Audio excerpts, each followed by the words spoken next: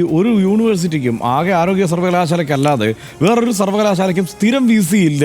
കേരളം പോലൊരു സംസ്ഥാനത്ത് വിദ്യാഭ്യാസ കാര്യങ്ങളിൽ ഇത്രയും ശ്രദ്ധ പുലർത്തുന്ന ഒരു സംസ്ഥാനത്ത്, ഇത്രയും മുന്നോട്ട് പോയിട്ടുള്ള ഒരു സംസ്ഥാനത്ത് മികച്ച യൂണിവേഴ്സിറ്റികളും മികച്ച കോളേജുകളും കേരളത്തിലുണ്ട് എന്ന് ആവർത്തിച്ച് തെളിയിക്കപ്പെടുന്ന കാലത്ത് ഇവിടെ താൽക്കാലിക VCമാരെ വെച്ചിട്ട് ഈ സംവിധാനം ഓടിക്കുന്നു എന്നുള്ളതാണല്ലോ ഏറ്റവും വലിയ ദുരന്തം.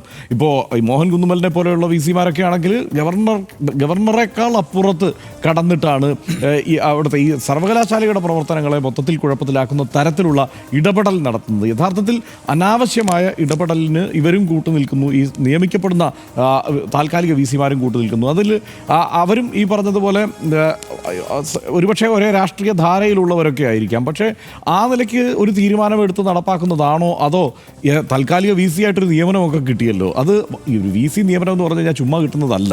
അതൊരു VC, സനീഷ് നേരത്തെ പറഞ്ഞതുപോലെ ആൽബർട്ട് ഐൻസ്റ്റീനെ വരെ പരിഗണിച്ച സംസ്ഥാനമാണ് കേരളം.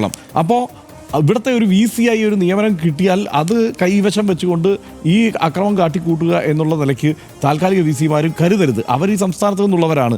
എന്താണ് ഇവിടുത്തെ വിദ്യാഭ്യാസ പാരമ്പര്യമെന്ന് നമുക്ക് അറിയാവുന്നതാണ്, സർവകലാശാലകളുടെ പാരമ്പര്യം അറിയാവുന്നതാണ്. അവർ ഇതിനൊന്നും കൂട്ടുനിൽക്കുന്ന ഒരു സ്ഥിതി ഉണ്ടാവരുത് എന്നതുകൂടിയാണ് ഈ സമയത്ത് നമ്മൾ ഓർത്തു പോകേണ്ടത്. എന്തായാലും കോടതി ഈ കാര്യത്തിൽ ഒരു അന്തിമമായ തീരുമാനത്തിലേക്ക് തന്നെയാണ് എത്തേണ്ടത്. ഇത് ആർക്കാണ് സെർച്ച് കമ്മിറ്റിയെ നിയോഗിക്കാനുള്ള അധികാരം, നിർദ്ദേശിക്കാനുള്ള അധികാരം എന്നത് സംബന്ധിച്ചടക്കം ഒരു അന്തിമ തീരുമാനത്തിലേക്ക് എത്തണം. എത്രയും പെട്ടെന്ന് ഇവിടെയൊക്കെ സ്ഥിരം VCമാരെ നിയമിക്കുന്ന തരത്തിലേക്ക് കാര്യങ്ങൾ മാറണം. ഇതിപ്പോൾ ഒരു താൽക്കാലിക VCക്ക് സമയം കൊടുക്കുന്നു, 6 മാസം, വീണ്ടും അടുത്ത 6 മാസം നീട്ടിക്കൊടുക്കുന്നു. അങ്ങനെ നീട്ടിക്കൊണ്ടു പോകുന്നത് ഒട്ടും കരണീയമല്ല. അതിൽ ഈ വിദ്യാർത്ഥി സംഘടനകളൊക്കെ പറയുന്നതിൽ ന്യായമുണ്ട്. സർവകലാശാലകളുടെ പ്രവർത്തനം താളം തെറ്റുന്നു എന്നുള്ള കാര്യത്തിൽ സംശയമില്ല.